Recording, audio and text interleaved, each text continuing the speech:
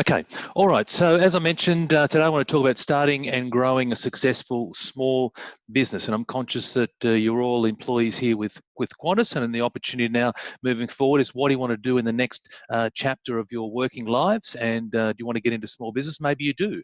And hopefully by the end of the next hour, you've got a little bit more of an idea as to some of the things that you can think about. And then also, should you head down that path, some of the things that you can implement to ensure that you have a phenomenally successful business.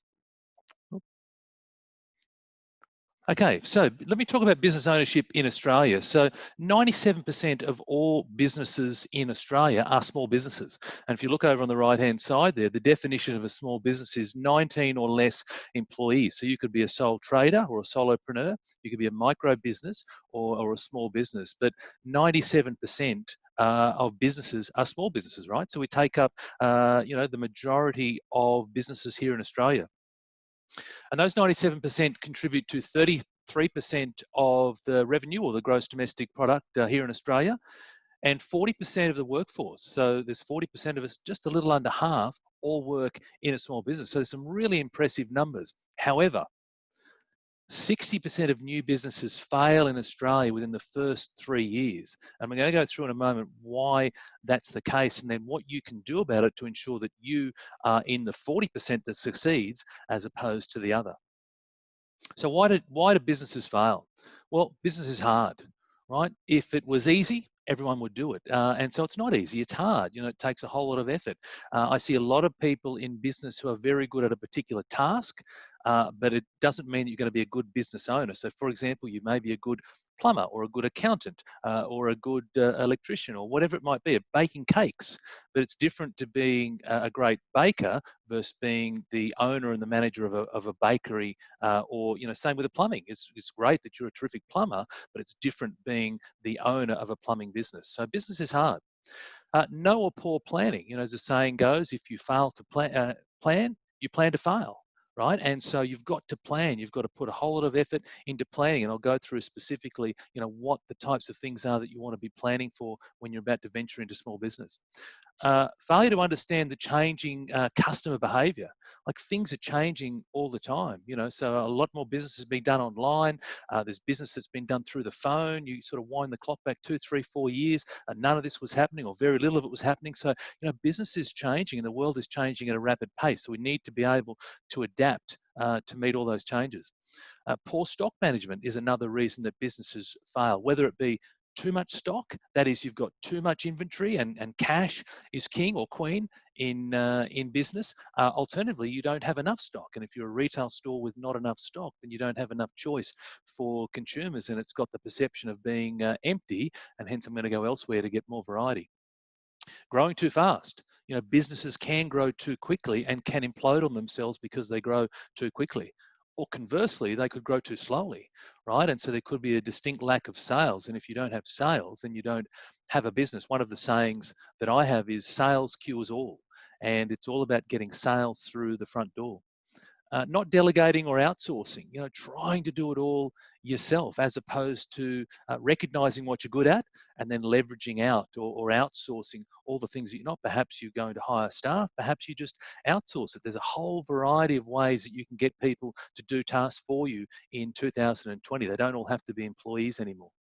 An inability to change direction. We're going through that right now with the whole COVID piece, and a lot of businesses are still wishing for things to be the way that they were, and the reality is they're not. And so it's about now, how do we change, how do we pivot our business to align ourselves to what's happening moving forward, as opposed to romanticizing about what's happened previously.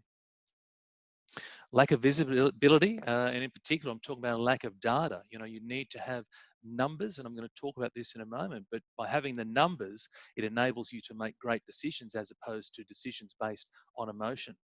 And lastly, and not leastly, but lastly, around poor management. And that comes down to you, the business owner. So it all starts with you. Another saying that I have is, in order to build a better business, you need to build a better you.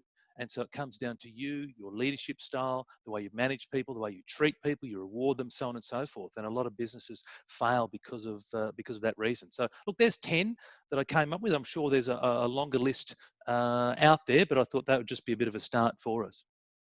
So who am I and why should you listen to me?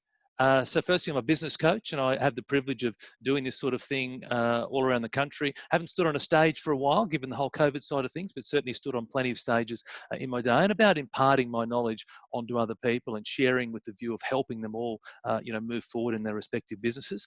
I focus on sales, leadership, and mindset. And I'll talk about those individually throughout the course of the next 30 minutes, but primarily on the sales, that is get sales in the front door. And with the mindset stuff, it's the mindset to keep going, because business is not easy. And so you're going to have great days and you're going to have challenging days. And how do you keep yourself going? I focus on goal achievement. So people can go and set goals, and that's fine. And I set goals as well. But ultimately, it's about achieving those goals and me getting my clients to achieve the things that they've set out for themselves. I've been very blessed in my career. I've worked for a number of large multinationals. You can see them down the bottom there, and held numerous sales and leadership positions throughout my time.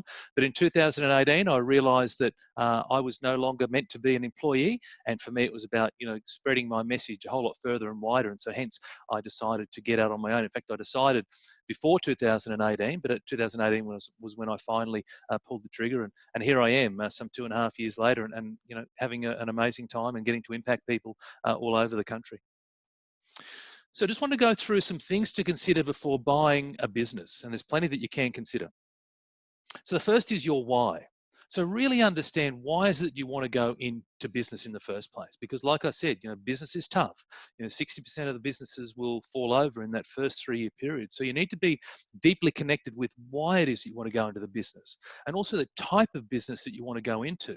Right? You want to have a good reason as to why you want to do that particular thing. Find something that you love doing, because I can tell you, when you love what you do, then when your feet hit the floor in the morning, you'll bound out of bed and you'll just want to get in and make one hell of an impact. So it's all about understanding your why, recognizing that money is not the primary motivator. Like, money is bits of paper and bits of metal, and it's about what money can do. So it's the benefit of the benefit. And so money's not the motivator. It's what does having the money enable you to do? Perhaps it's the choice to do things with your family and have an amazing lifestyle, or go to amazing places, etc. But money is not the primary motivator. And there's a great quote from Steve Jobs around, the only way to do great work is to just love what you do. Business ownership is a journey. You've got to love the journey. You've got to love the process, right? Because there's going to be plenty of days that really do challenge you and stretch you. When the buck stops with you, when you're ultimately responsible, and you have to love the process. If you don't love the process, if you're just excited about the outcome, then you're going to run out of steam. And I equate this to pushing versus pulling. When you're pushing something, it takes a lot of effort and energy. But when you're being pulled towards something because you've got this reason, this bigger why down the road, and you're pulled towards it almost like a magnet or a gravitational force, then it just feels so effortless. And even though there's going to be tough days and you get things fly at you left, right, and center, you're still going to be able to work your way through it. And a model that I use is called Ikigai, and Ikigai is Japanese for reason for being. And so with my clients, we spend a lot of time up front understanding, why do you want to do the thing that you're about to do in the first place? And it's got 4 intersecting circles there. What do you love? What are you good at? What does the world need? And what can you get paid for? And if you're interested in learning more about it, please message me. I'll tell you at the end how you can find me, but please message me, and I'm more than happy to share a lot of these things with you. Second one is around, what are your goals? What are the things that you want? Get clear on what you want in front of you. So you've understood your why. Now you're clear about, what are the things that I'm aiming for, right? And I use the analogy of a GPS. When you go to a new destination, you don't just type in the suburb and hope that you miraculously arrive at the particular address. You type in the street number, the street name, the suburb, and guess what happens? You arrive. And the same with your goals, and the same with your mind. The clearer that you can be on what it is that you want, the easier it is for you to know, are you on track or off track? Am I heading towards it? Am I manifesting that into my life, or am I not? Right? So you've got to get clearly defined goals. A lot of people say, well, I want to grow a business. Well, if you grew your business by $1, you've grown your business, but I know that's not what they intended. but it's about getting clear on how much money, or it could be how many staff, how many new products, how many new customers, whatever it is. What are those goals you've got for yourself? Start with the end in mind. I got this idea from Stephen Covey's book, 7 Habits of Highly Effective People. And it's about start with the end in mind and then work backwards. So what does the end look like? And the end could be 6 months, a year, 2 years, 5 years. It doesn't really matter. Whatever the end is for you, and then you work your way backwards. And by working backwards, what you're doing is you're creating your plan. So you're planning in reverse, then you're taking actions in a forwards direction. And for me, you're filling in a gap, right? So there's your goal down the road. Here's where you are right now. So there's this gap between the two. And for me, GAP is an acronym for Goal Achievement Plan. That's what we want to do. We want to create a goal achievement plan. We want to get you towards your particular goal. One of the methodologies that I use is the SMART goal setting. I'm not sure if you use that, whether it be KPIs or different business indicators, but that's what I use. And there's other things that I use as well. But it's around making sure that your goals are specific, measurable, achievable, relevant, and time. You've got to have a time on it. You've got to have a time frame as to when you want to hit that goal. The next thing you want to consider is around some due diligence. You want to make sure that this is the right business for you and understand everything about the business. So whether it's a brand new business or whether it's an existing business, either way, understand all the things about that particular business. Conduct a SWOT analysis on the business. So that's the strengths, the weaknesses, the opportunities, and the threats. What are the strengths of the business, the weaknesses of the business? What are some opportunities for that business? What are the threats of the business? You could also, if you want, flip that back on you, and what are the strengths, the weaknesses, and opportunities of the threats with you personally as a business owner? So what are your strengths? What are your weaknesses? What are the opportunities that you have to grow, to learn? And then what are some of the threats or some of the distractions that may come into your life? So you can do a SWOT on the business, but you can also do a SWOT back on yourself. And go and seek some independent advice. You pay these people good money, so go and seek some legal advice, some accounting advice, whatever it might be, but go and don't just rely on yourself. Go and seek some advice around the business that you're getting into, because for a lot of us, in behind perhaps buying our home, it's the next biggest purchase that we're going to make in our lives. Know your incomings and your outgoings. So how much money are you going to make? Ultimately, it's about how much money you're going to make. So you want to understand that. Now, if you're going to buy a greenfield or a new business, then sometimes it's hard to know for sure, but certainly ask some questions around the other people who are doing a similar business. What are the types of monies that you could make? Now, where does your income come from? I say that if you're going to buy an existing business that has the bulk of the business with, say, one customer, then you're in trouble, because if something happens with that one customer, then all of a sudden, your business, is really at jeopardy. It's about putting all those eggs in the one basket. You don't want to do that. You want to be able to diversify. So if you've got a number of big customers, then if you have some challenges with one customer, or they change their mind, or whatever happens, at least you've got other business or other customers that are going to help you to help you move forward. You want to know who your suppliers are. Are there opportunities with those suppliers? Are they the best suppliers? Can we renegotiate with the suppliers? You want to know what all of your costs are. What are all the things that it could be monthly fees, it could be outgoing costs, it could be fixed costs, variable costs. What are those costs? Yes, I focus heavily on sales, but it's ultimately about how much money's left after you've minused the costs. What are the payment terms? Perhaps you can negotiate great payment terms with certain suppliers where you get a product in, you don't have to pay for it for 30 days, and it gives you enough time to be able to pay for it in the interim. Sales and marketing, my favorite topic. So understand who your target customer is. It's not everybody, right? You've got to narrow it down. Who is your target customer, and get very specific with who that is. What's your attention strategy? If you don't let people know what you do, then you're going to be selling the world's best kept secret. So it's about letting people know, creating attention for yourself, and we'll talk about how you can do that specifically. What's your sales strategy? How are you going to go out there and generate new sales? So you might have an idea of who your target audience is, your target market is, but then how are you going to sell to them? What offers are you going to sell to them? How frequently are you going to communicate with them? Do you have a sales process? One of the things that I see in a lot of businesses is very inconsistent and haphazard around sales. And when you put a haphazard effort in, well, that's exactly what you're going to get. So it's about getting very clear on what your process is and coming up with almost a predictable routine or process that delivers a whole lot of consistent outcomes. Is there scope for sales growth? I talked a few slides ago around opportunity. Are there opportunities in front of you? You might be buying a business based on the current performance, but you know that there could be some inequities there that you can add some value to and create enormous upside for yourself.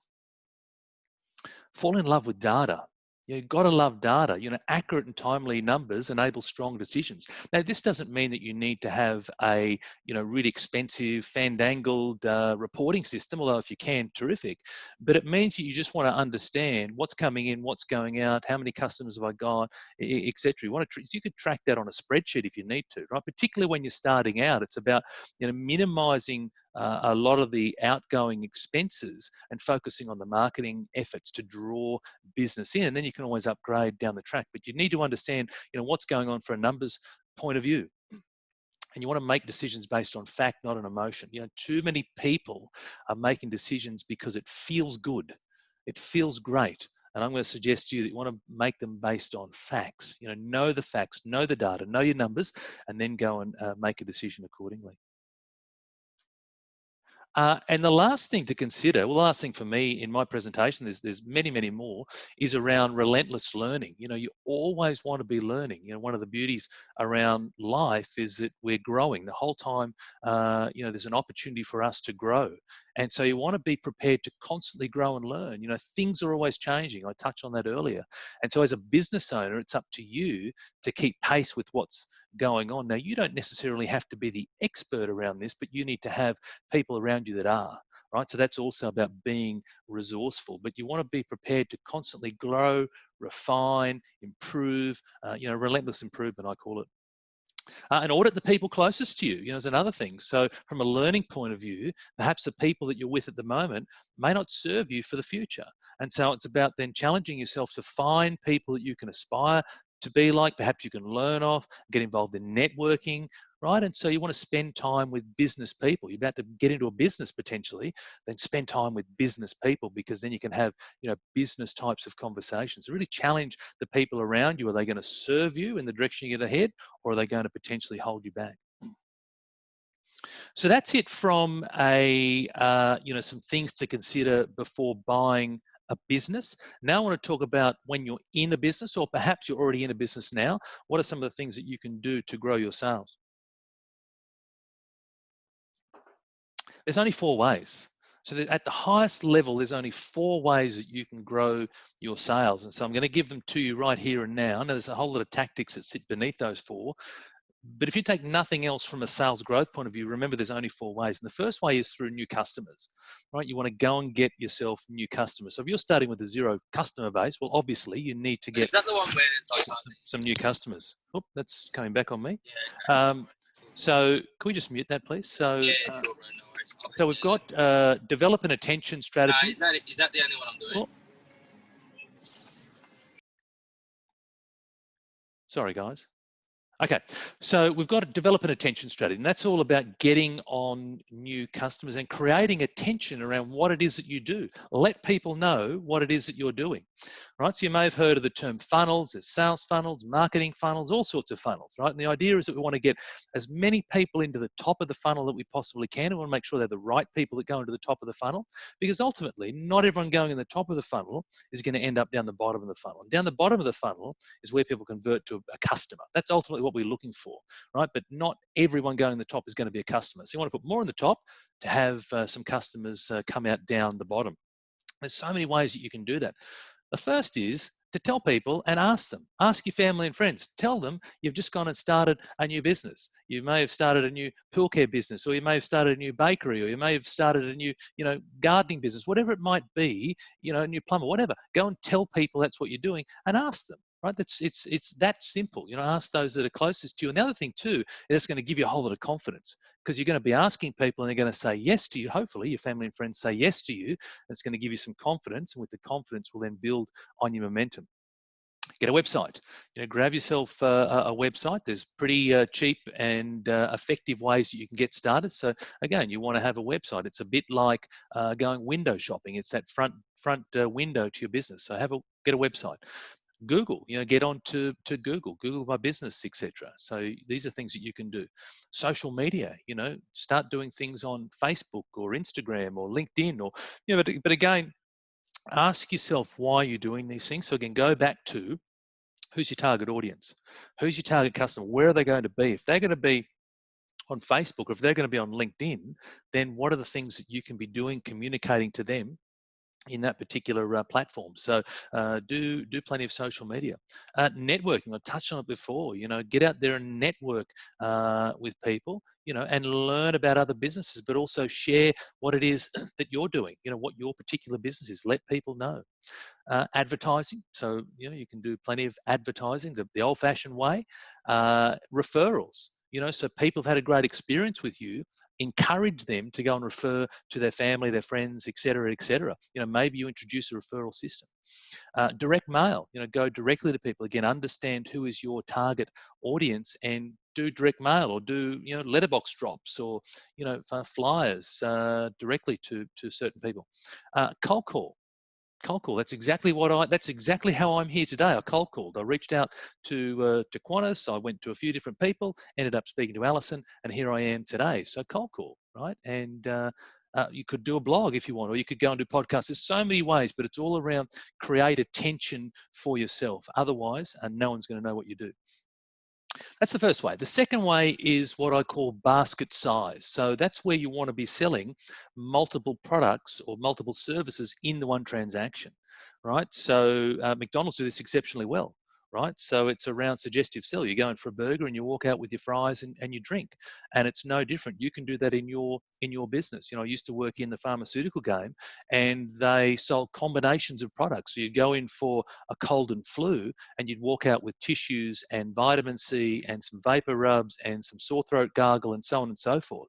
You might go in for a sore knee, and again, you could end up with heat packs and Danker rubs and all sorts of stuff, pain relievers, whatever it might be. So think about within your own product portfolio and what are the things that you could bundle up together. So basket size is about putting multiple products into the basket. So someone who's going to buy, now all of a sudden they're buying multiples as opposed to just the one. Average sale price. So an average sale price is about, if someone's only going to buy one product, then you want to get them to buy your most expensive product. You want to get them to buy the best product that you've got, right? And so that's the opportunity that we have. Now, within your portfolio, you could have a good, better, best offering, right? So then if someone's coming in and wants a particular something, I'll give you an example. So my largest client is Jim's Pool Care, and so they've got filters. They sell filters, and they've got some entry-level filters, and they've got some high-end expensive filters. So the opportunity is, if someone needs a filter, how do we get them to purchase the most expensive filter? And we do that by focusing on the features and the benefits. Right? So we don't just go and sell it because it's expensive. There's actually a reason why we do it, but we want to learn how we can get them to purchase the most expensive item because there's features and benefits. And I'll talk to you in a moment around, how a sale actually takes place. But it's all around, if you've got multiple offerings, how do you get them to purchase the most expensive offering that you've got? Or a very simple way is you could raise prices. And again, there's so many other ways that we can do this, but this is just at a high level. Frequency, right? So this is this is the fourth, right? This is the last. So frequency is how do I get someone to come back and purchase from me more frequently? So if someone's buying from you once every 6 months, if they now buy from you once a quarter, you've effectively doubled the sales with that one customer. Right, so that's how impactful this can be. The other thing is, I say to my guys in the service-based industry, don't just have monthly call-outs. Why not have 4 weekly call-outs? Because now instead of doing 12 a year, you're doing 13. So just that one thing alone has now increased the sales by 8% to that particular customer. So get your customers to purchase more often, more frequently. And how do you do that? Well, you've got to give people a reason to want to buy. Right, give them a reason. So create events, have promotions, limited time offers. These are all ways that we want to get you to come in and purchase. So think about with your own business, how can I get someone to purchase more frequently from me? So just in summary, 4 ways to grow your sales, only 4, right? The first is new customers. The second is basket size, increase that basket size, put multiple products in the basket. The third is through average sale price. And the fourth, which we're looking at now, is around frequency. How do I get a shopper or a customer to come and shop my products more frequently? And this applies to every business. Now I'll just give you some sales theory. I touched on it before. A transaction occurs or a sale occurs when value exceeds price. So I go back to what I was saying about the good, better, best. If you can't convey the value of the most expensive item, then no one's going to ever buy it, right? So when value exceeds price, then there's a transaction. Right, so all of a sudden that product now seems worth it because it might save me time, it might save money, it might, who knows what it could do, and it's now worth my while to pay a bit more for that particular product. But that is the sales theory. So think about your own business. If you're struggling to sell, maybe that's something for you to consider. And I'm not suggesting reduce your price. What I'm suggesting is add more value in. Right? You don't want to keep reducing your price because that becomes a race to the bottom. But what other value can you add to that particular, offering to ensure that value exceeds price?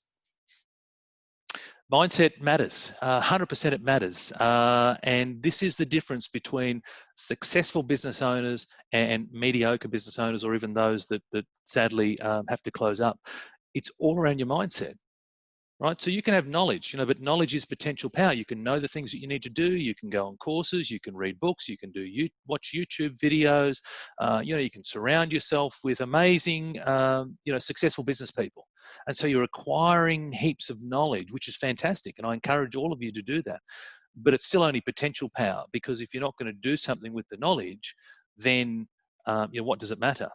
Skills are important, so you need to be skillful at doing certain things, but you can always refine skills. You can always improve skills, right? There's still, I believe, still a small part. I believe that the bulk of your success comes from between your ears. It's the, Woody Allen talks about 80% of success is just showing up. Just showing up. I just showed up by calling up QANTAS about 6 weeks ago. Here I am, right? I just showed up. And that's just a very simplistic example, but there's so many other examples where it's just about showing up. And so for you, as you're about to get into new business or existing business, looking to grow it more, it's the mindset that's going to keep you going. It's the mindset it's the resilience of, hey, I've had some challenging days. Perhaps I've had a challenging month, but I've got to keep going.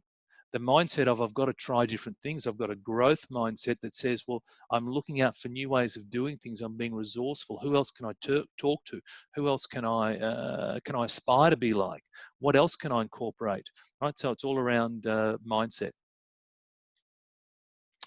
So I've got a gift for you before we get into Q&A. So the gift is that I've done an ebook, and it's an ebook called The 10 Things to Consider Before Buying a Business. I've got a QR code there. So if you've got your phones, you should be able to take your phones, flip it onto the photo section, and go and hover it over the screen. And I hope that it works. So I tried it earlier today, so it worked for me.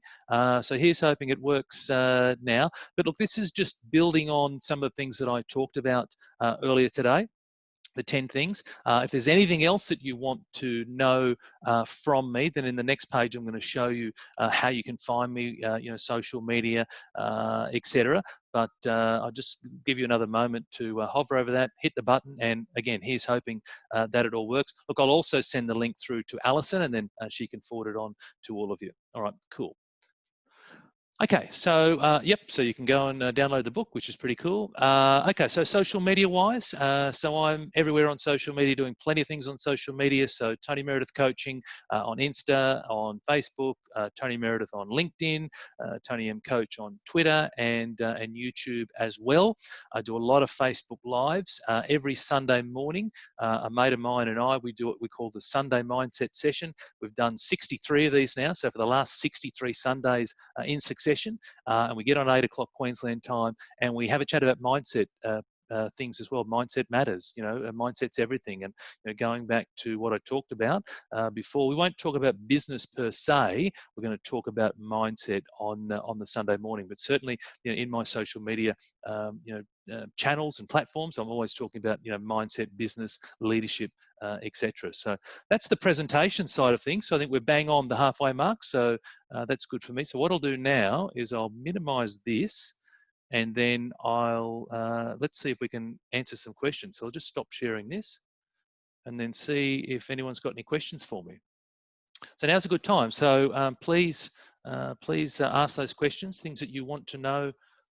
And you can ask a question over in the chat box, or you can unmute yourself and ask the question direct to Tony. Yeah, terrific. So direct would be even better. Sorry. So yeah, more than happy for you to ask the question directly.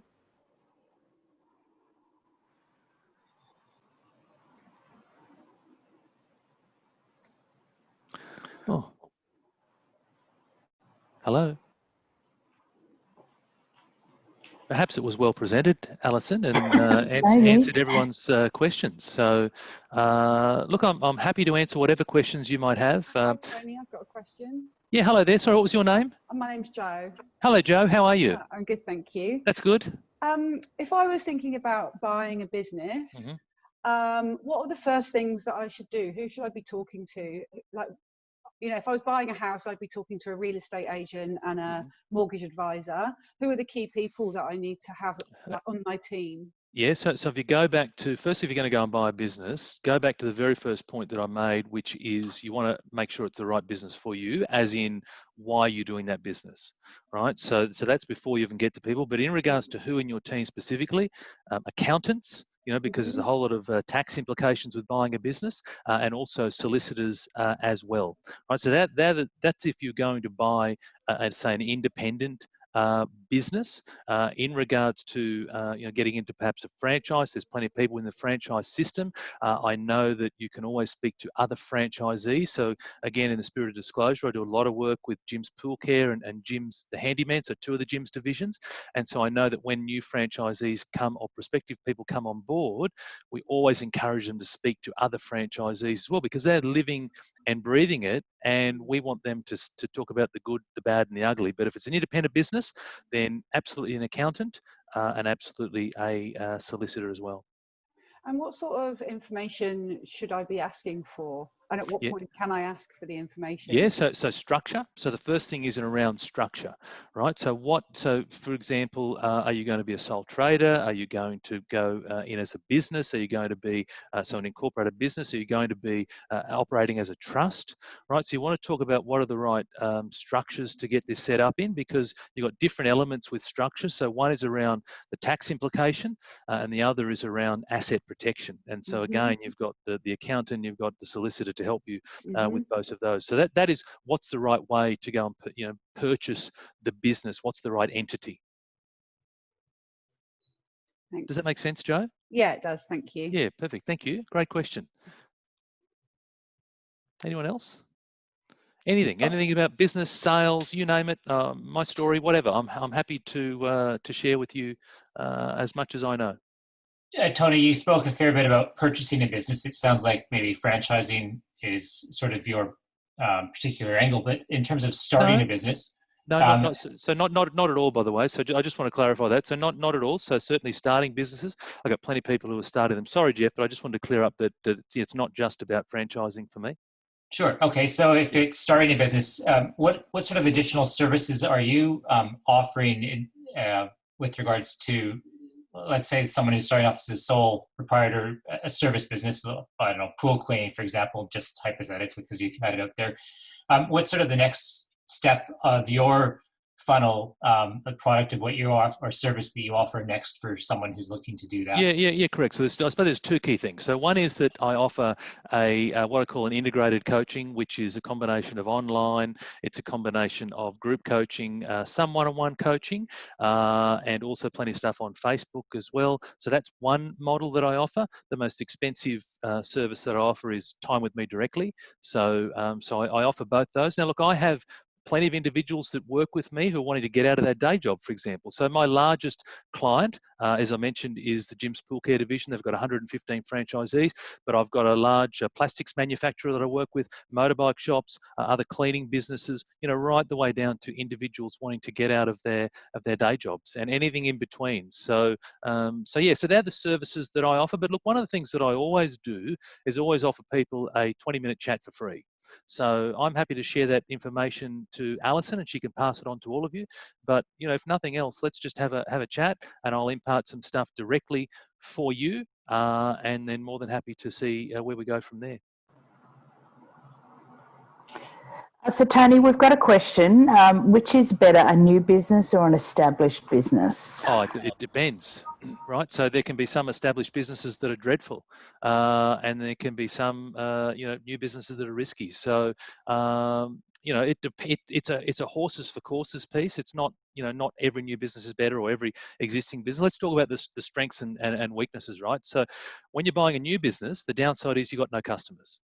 Right? So when you're buying an existing business, you've got customers. So right from day one in an existing business, you've got some cash flow, right? Whereas in a new business, you don't, right? So you've got to go out and generate that cash flow.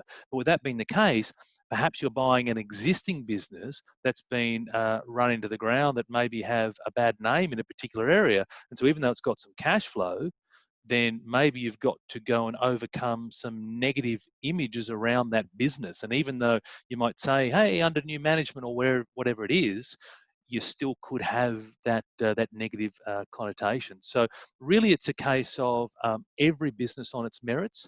I know that hasn't been helpful, as in which is better, because I can answer that if you said, is it that specific business or this specific business? But in regards to, hey, is it new versus existing? There's pros and cons for both. But excellent question. Thank you. Any other questions?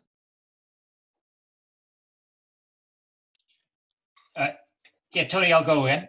Jeff. Yes, yeah, mate. Yeah, keep going. Just, if I'm interested in following up, then with the next step would be the 20-minute consultation at some point. I take it that's the next step. Yeah, absolutely. So look, download the ebook that I said. That'll get you. Obviously we'll get your email, and then we'll get you, and we'll be able to communicate with you. You can directly message me through Facebook, as I said, Tony Meredith Coaching. Send me a message. I'll send across to you my my schedule link where you can book 20 minutes with me, and more than happy. It's a service that I offer everybody.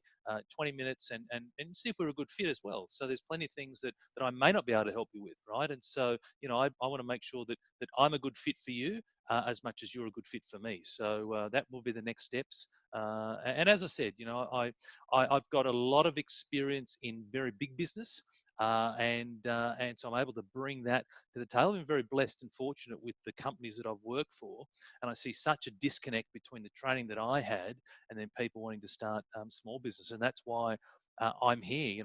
I don't want to work with big business. I want to work with small business, because I see a massive need for some education, some inspiration, some guidance to help people, get out there and create small business. And hey, guess what? There's 97% of the businesses in Australia are small businesses as well. But yeah, so please, again, you reach out to me through Facebook directly, Jeff, and anyone, and I'll happily send you our booking link. You find a slot there that suits you, and it just pops up as an email and an invite for me, and away we go. Do we have any additional questions?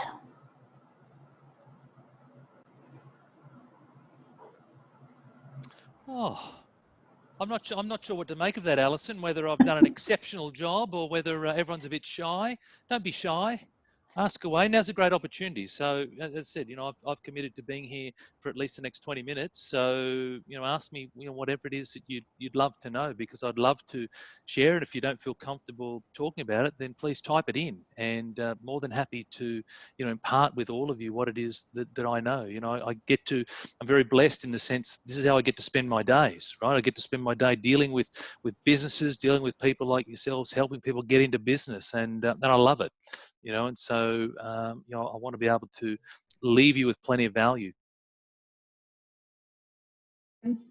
It's Joe again. Hello, Joe. Hi. What's the most common mistake you see people make when they're building up their small business? Yeah, fear. Fear, yeah. Yeah, fear. Yeah. So they're fearful, right? So, they're fearful of trying new things. They want everything to be lined up perfectly, and they don't want to try things. And the reality is that in business and in life, but let's talk about business, you're going to make an enormous number of mistakes. And that's the reality. But here's the great thing, that with those mistakes comes learning, comes growth. It's about getting out of your comfort zone. But I see a lot of people being held back by fear, perhaps unable to make that phone call. I've got a new business and I'm a bit timid about asking someone to come and see what I'm doing. So that's one of the big things. I think, again, I touched on it earlier as well. One of the other big mistakes is I've boiled personal development down to 3, which applies to business, and that is your why, your what, and belief. So you need to be clear on why you're doing the thing that you're doing. Like, as I said, when you understand why you're doing it, and it's not the money, why you do it, then you just love it. And you just love doing it. And every day you love getting up and doing that thing, whatever that thing might be. The other is then get clear on the what do you want, right? So there's plenty of sayings that I have. And if you check out my social posts, you'll see all those. But one is, and they're not all my sayings, by the way, but one of them is, if you aim at nothing, you get nothing. That's exactly what you get. You get nothing. Right, so you want to be clear on what do you want. How much of a business do you want? If you want a $100,000 business per annum versus a $2 million business per annum, well, you can have both, but you just got to do different things to get the different results, right? So what is it that you want? And then get the planning side of things. So start with the end in mind, and then work your way backwards and plan. So you plan out all the things that you want along the way. But as I said, the biggest reason that I see people not able to move forward in business is because they're fearful. The biggest fear that we all have as humans, I believe, is the fear of being criticized by other people. So we're worried about what other people are going to say about us. We're worried about the fact that we might try something and it won't go well. We might end up in the 60% that I touched on, my very first slide. And so because of that, that paralyzes us and it holds us back. And so if you can work your way through the fear, and that's why I focus heavily on the mindset, right? When you're able to work your way through the fear and you keep going, and the way that you work your way through the fear, there's a number of ways you do it. But one of them is that the thing down the road just means so much to you. That goal that you've got, that reason that you're doing this, it just means so much. I see I call this the January the 1st syndrome, because what happens every January the 1st is we all go and set these resolutions, and we're going to do this and do that and lose weight and whatever it might be. And then, by the middle of January, we've run out of steam. And it's because we're doing something because society says to do it, as opposed to doing it because we're deeply connected and it means something to us. So when something means so much to you, then you'll do it. If I think about my story, so my story was, or is, that for me, I was in a really dark space in 2015, like at the end of 14, start of 15, in a really dark space. And for me, it was all about getting my way moving forward. And the first thing that I did is I read the book that I mentioned, which is Stephen Covey's book, 7 Habits of Highly Effective People. And in reading that book, chapter 2 talks about begin with the end in mind. And in there, he talks about your eulogy. And so for me, when I first read it, I couldn't deal with it because it was dealing with my own mortality. So I put it down. But then what I did is, for a couple of weeks later, for whatever reason, I picked it back up and I resonated with what Covey was saying. And that is that we only get one life. And what do you want people to say about your eulogy?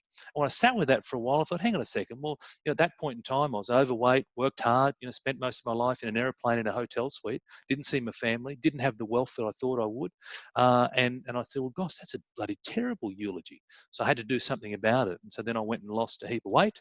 And then I went and got into property development. And then along the journey of property development, I got into business coaching, and here I am. So, it's about having the reason to get out of bed each and every day, and it's not money.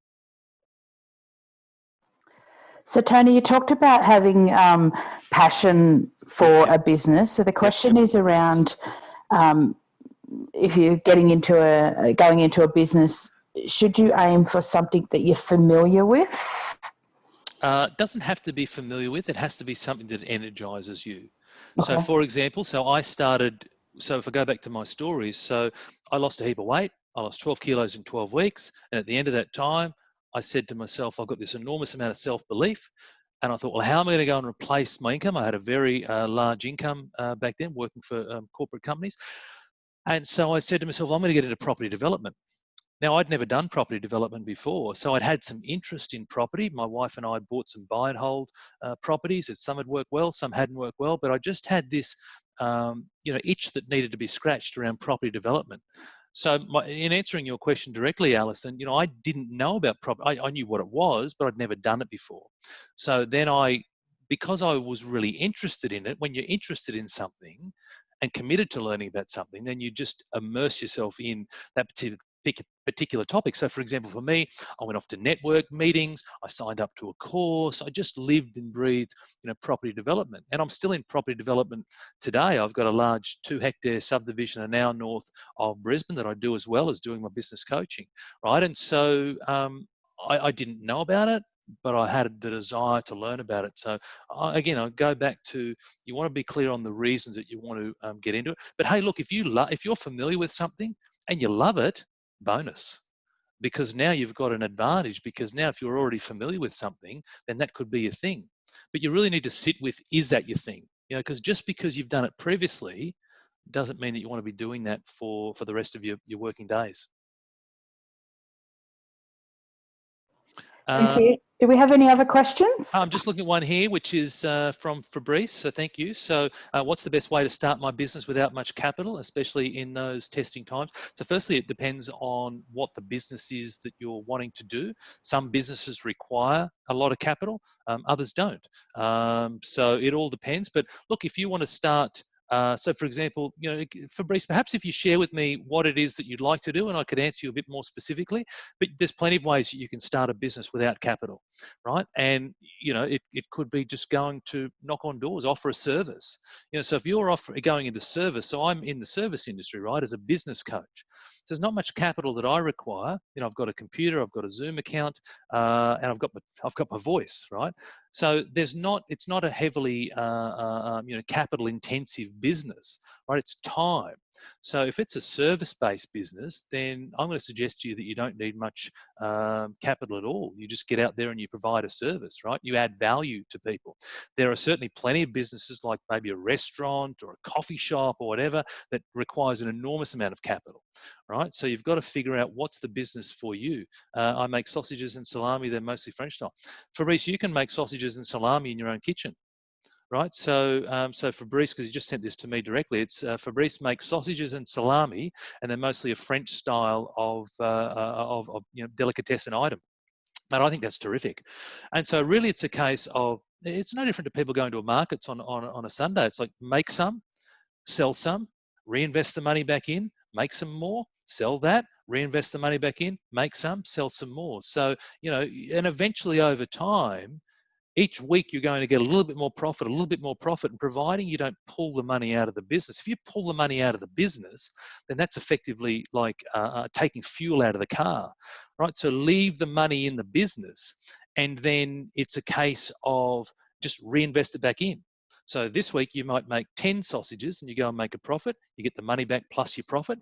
That enables you next week to go and make 15 sausages, and then reinvest that back in. Next week, you can make, after that, you make 20 sausages, and so on and so forth. So, but I think that's wonderful, and that's a great example where you can start really small, do it at a pace that's comfortable for you. You can do it in your own kitchen. I'm not sure of the health and hygiene, all that sort of stuff. So, you know, check all that stuff out. So whilst, you know, I'm a business coach, I don't have every single answer for everything, but I know where to turn people. So you need to consider some health and hygiene side of things. But once you get that sorted out, mate, I'm going to suggest that the investment would be relatively low. I started to do some, but scared to move forward. As you say, it's fear. Sure. And so thanks, Fabrice. So Fabrice is just asking me, saying he's already started, but he's scared to move forward. And that's, you know, going back to Joe's question earlier, fear is the number one reason that people don't take action. Ultimately, this whole thing, right? Life, business, health and wellness, relationships, whatever it is, it's about taking action. And when you take action, that's when the magic happens. And so it's about understanding, well, what is it that you're fearful of, right? So if I just help, given that the questions come up, I'll take you through a process that you can use to work through your fear. So in regards to fear is a limiting belief, right? So belief in the middle of the word belief is a 3-letter word called lie, L-I-E. It's a lie. So a belief is something you've made up, right? We make it up in our head. And limiting beliefs are beliefs that it's like a ceiling and we can't crash through that. So in this instance here, what you need to do is you need to firstly recognize what's the fear of, Right? What is the limiting belief that you've got? It could be a fear of failure, a fear of being criticised by other people. Maybe it's a fear of success. So what is that fear that you've got? The second thing is to seek the source of that. The source being S-O-U-R-C-E. Where does it come from? So our fears and our beliefs come from parents, come from when we were, teenagers, maybe teachers, things we've watched on the news, perhaps past experiences. So we might have had a failure in the past, and we have this belief that because we had a failure once, that we're always going to have it. Whatever it might be, this is where your limiting beliefs come from. The next piece in the process, so point number 3, is to recognize that it's BS, recognize that it's rubbish. You've just made this thing up, right? And so it's about how do I work through it? So the first way you work through it is you form an empowering belief. So when you're scared of something, the opposite of being scared of something or being fearful of something is loving it. So you start to form belief that you love the something that's holding you back. Right. The next thing that you do is you start to act as if. Right. It's all around identity. So you start to act as if you're overcoming that thing. You acting without fear. Right. It's almost a little bit like fake it till you make it. Right. But you want to believe that you can do the thing that you're talking about. The last way is through creating evidence of success. So I use my example, which is evidence of success being I lost a heap of weight, and because I lost a heap of weight, my belief went through the roof, and all of a sudden now I'm off subdividing, properties. Weight and property have zero in common, but I had an enormous amount of belief from doing this activity, and that then transferred over to doing the property development side. That's one way. The other way is to start small. Don't try and change the world by this afternoon. Start small. Do one thing. I have another saying, which is progression is better than perfection. When you just do one thing, and you accomplish that and you look back and you go, huh. And then you do another thing and you accomplish that and you look back and you go, huh. And you keep doing that one thing. And now over a period of time, you're building momentum for yourself. You're building the muscle. So hopefully that's helped you, Fabrice. And again, I spend a lot of time on helping people, move through fear. Jeff's asked me, could you expand on the integrated coaching process, perhaps the first 90 days of how we'd be working together, the goals for a B2B service business? So really the goals are yours. The goals aren't mine, the goals are yours. You set your own goals. So my job is to help bash them into shape with you, but ultimately you can have whatever it is that you want. And that's again around removing the limitations, because limitations only exist in your mind. So then what we're doing is there's a lot of stuff that we do, which is online learning. So learning around reflection, looking back, what works well, what hasn't worked well, understanding your why. So that you go through a process using that Ikigai model, goal setting, creating plans, etc.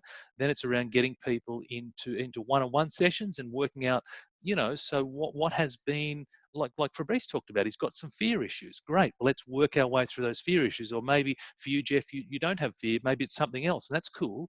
We focus on that, and then it's about putting people into a group environment.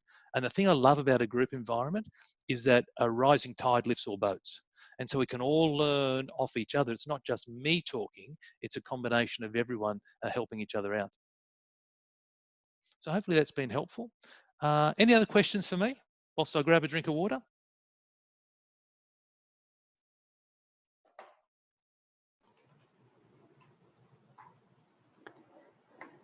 Any others?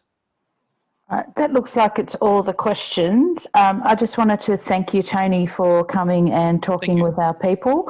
And for everyone on the line, I'll be sharing the link and Tony's presentation, and we've recorded this as well. We'll get that up onto the career transition site as well, so that you've got access to the free ebook and to Tony's contact details. Terrific. Thanks, Alison. And I want to say thank you to everyone for giving up your time and listening to me for the last hour or so. It's been a real privilege from my perspective. I want to say thank you. I want to wish you all the best. If you want to reach out to me, please do. But if you choose not to, that's cool. I want to wish you all the best with your next adventures. So thank you so much, everyone. Great. Thank you. Thank you. Bye. Bye. Bye. Tony.